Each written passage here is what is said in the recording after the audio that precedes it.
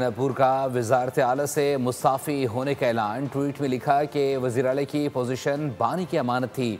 बानी के हुक्म के मुताबिक उनकी अमानत वापस करके अपना इस्तीफ़ा दे रहा हूँ। आपको अपडेट कर रहे हैं कि अली अमीन गंडापुर ने वजारत आला से इस्तीफ़ा देने का भी ऐलान कर दिया है। उन्होंने सोशल मीडिया पर एक बयान जारी किया है, कहा कि वजारत बानी की अमानत थी और अब उनके हुक्म के मुताबिक ये अमानत उनको वापस कर रहा हूँ।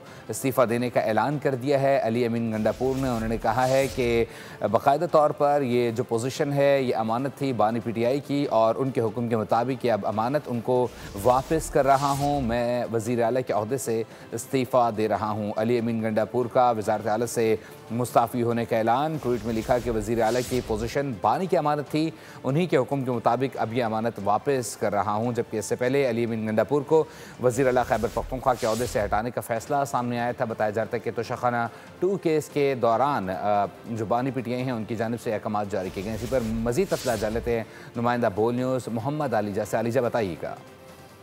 आज बानी चेयरमैन पीटीआई ने तोशाखाना 2 केस की समाअत के दौरान वज़ीर आला खैबर पख्तूनख्वा अली अमीन गंडापुर को वज़ारत आला के मनसब से बरतरफ करने का फैसला किया और इस हवाले से अपने वकला को आगाह किया। और ख़ास तौर पर वहाँ पर सेक्रेटरी जनरल पाकिस्तान तहरीक इंसाफ सलमान अकरम राजा भी मौजूद थे, उनको भी इस मामले से मुतालिक हदायत दी। और अब अहम पेशरफ्त यह है कि अली अमीन गंडापुर ने अपने ट्विटर पैगाम में इस बात की तस्दीक करती है और उनका ये कहना है कि मैं बानी पीटीआई की अमानत उनको वापस कर रहा हूँ और उनके हुक्म के मुताबिक उनकी अमानत को वापस करते हुए अपना इस्तीफा दे रहा हूँ। तो वज़ीर आला खैबर पख्तूनख्वा अली अमीन गंडापुर ने बानी पीटीआई की हिदायत पर मुस्ताफ़ी होने का फैसला किया है और इस हवाले से अब उन्होंने बाकायदा तौर पर ट्वीट भी कर दिया है जिसमें उनका ये कहना है कि मैं बानी पीटीआई की हिदायत पर इस्तीफा दे रहा हूँ। जी बहुत शुक्रिया आलीजा अपडेट करने के लिए।